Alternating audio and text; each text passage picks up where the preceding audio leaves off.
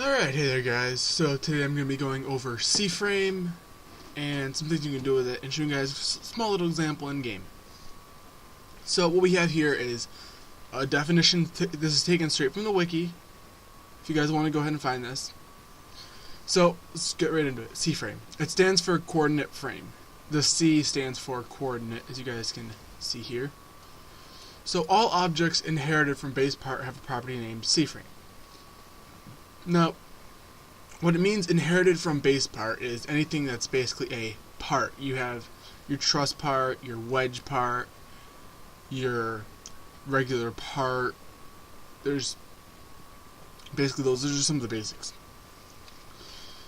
It's basically where your object is and if it's rotated on the 3D plane.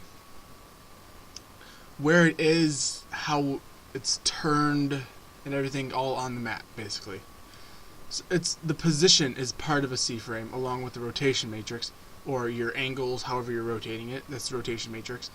That defines how it's oriented or how it shows on the game. For example, in a place with few bricks scattered about, you can put in the command line down here, and then it'll tell you what their C-frame is. Now, typically, but this is not limited to, the first three numbers are your three main. You have your X coordinate, your Y coordinate, and your Z coordinate. These are basically where they are on the map itself. This has nothing to do with rotation. This is from the origin of point 0, 0, 0 of the game. It's like the complete center. It's how far it's branched out from there in those directions. The last 9 on the rotation matrix is how much it's rotated. Typically, if you're working with CFrame.angles, you only use 3 numbers. So, if you're using a C-frame, C-frames are exactly, they tell you exactly where the part is, where it is in the world, its exact position. It's used for making things you want to move around. So, basically what I'm going to be doing is showing you guys an example how to make a moving block that moves back and forth. Alright guys, so I just went ahead and opened studio mode. Sorry about this is just from some animations I was working on. So let's go ahead and, god damn it, I just removed myself. Let's try that again. But yeah, basically what I was saying was we're going to be using C-frame and a loop to create a part that moves back and forth. So one thing you're going to do with this is we're going to want to make sure it's anchored. Alright, so we're going to want to make sure this is anchored so that it doesn't fall over. So watch, if I were to move it up into the air, if you guys don't know this, if you have any part that's in the air and then you unanchor it, it falls back down. So we're going to want to make sure this is anchored. We'll name it platform. This is going to be the platform we're using. And what we're basically going to be doing here is, under that, let's see, we're going to want a script, obviously. Now, we're going to make a simple loop to edit the C-frame. So, first things first, let me show you how you were to edit this. You're going to be editing the C-frame of this part. So we're going to go ahead and call it block is script.parent. And let's just go ahead and set block C-frame equals CFrame.new. So this is how we can specify where exactly we want it. So if you look down here at position, this is our position on the X, Y, and Z axis. Say we were to make it CFrame 10. 10 on the Y axis, 0 on the Z and X axis. It'll automatically move to 0, 10, 0. So basically we're going to be using a loop to move it from, say, example on the ground, from here to here and back infinite amount of times. Let's go ahead and put it back to where we're going to make it. Alright. So this is going to be our set start point. Alright, so what we're going to want to do is we're going to want to use a loop. Now, a loop is, for however many times you set it, it can run a certain set of codes. Certain set of code. So our loop here is our example. So we have, for our loop, we named loop, we start at 1. This here means the base number what you're starting at, comma, how many times you're running it. And then there's actually a third number here. This is how much it's running by. So it'll go by 1, and each time the loop passes, it'll make loop the next value. So basically, loop is the numerical value of whatever loop you're on. Let's go ahead and do this. Watch. At a weight 0.25, print loop. So every time it goes through a loop, it's going to print the value of loop. So we have it set to go by 10, as you guys can see down here. So let's go ahead and change the second number. Let's change it to 5. We start at 5 and go up to 10. So if we change the third number, it changes the rate it goes by. So let's go ahead and make the rate 2.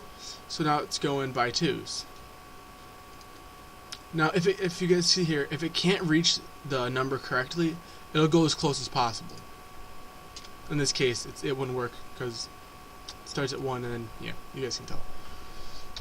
If you don't put a number here, it's automatically specified as 1. Its default is 1.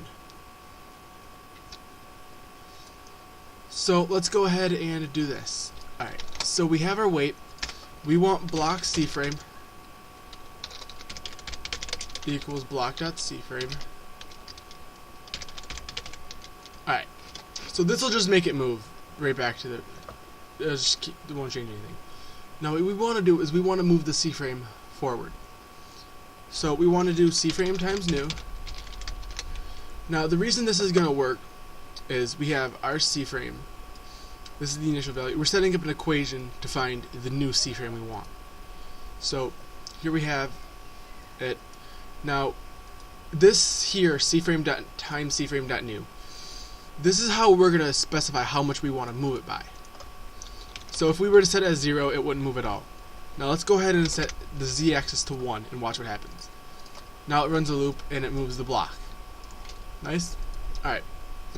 So what we're going to do is we're going to make it so that it moves by, say, like this 1 every so many seconds.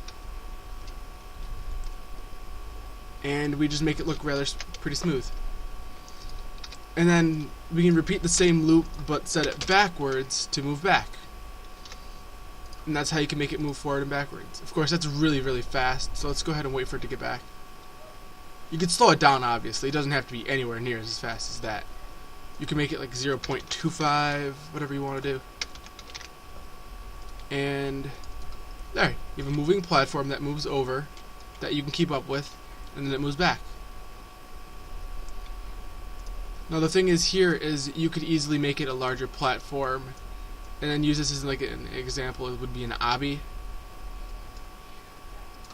Well, where's my size? Alright, I'll make it an 8, I'll make it a 10 by 10.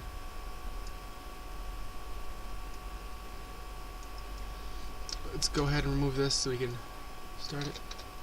So what I mean by this is, say you have a lava obby, the part in the obby where it's just a lava, and you want to make it so you walk over it. You can run this, and then they have to try to keep up with it, or else they'll fall into lava. And then you can get across like that. That's one example. Now, say we wanted to continuously repeat it. This is where we get into while, the while statement. Alright, so with a while statement, it continually runs whatever you have inside of it. So this can be an error. If you don't add a wait, you can run into the error of it running infinite amount of time in 0 seconds, basically. It runs without stop.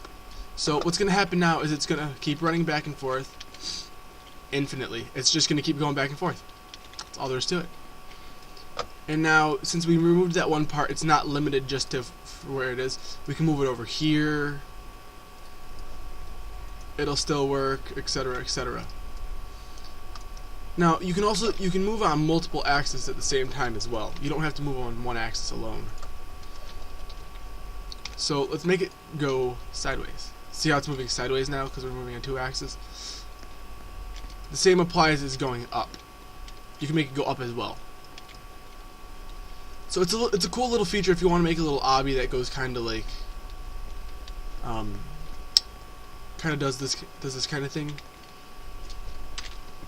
But yeah, it's pretty straightforward. This is just a quick explanation of CFrame and kind of how you can use CFrame.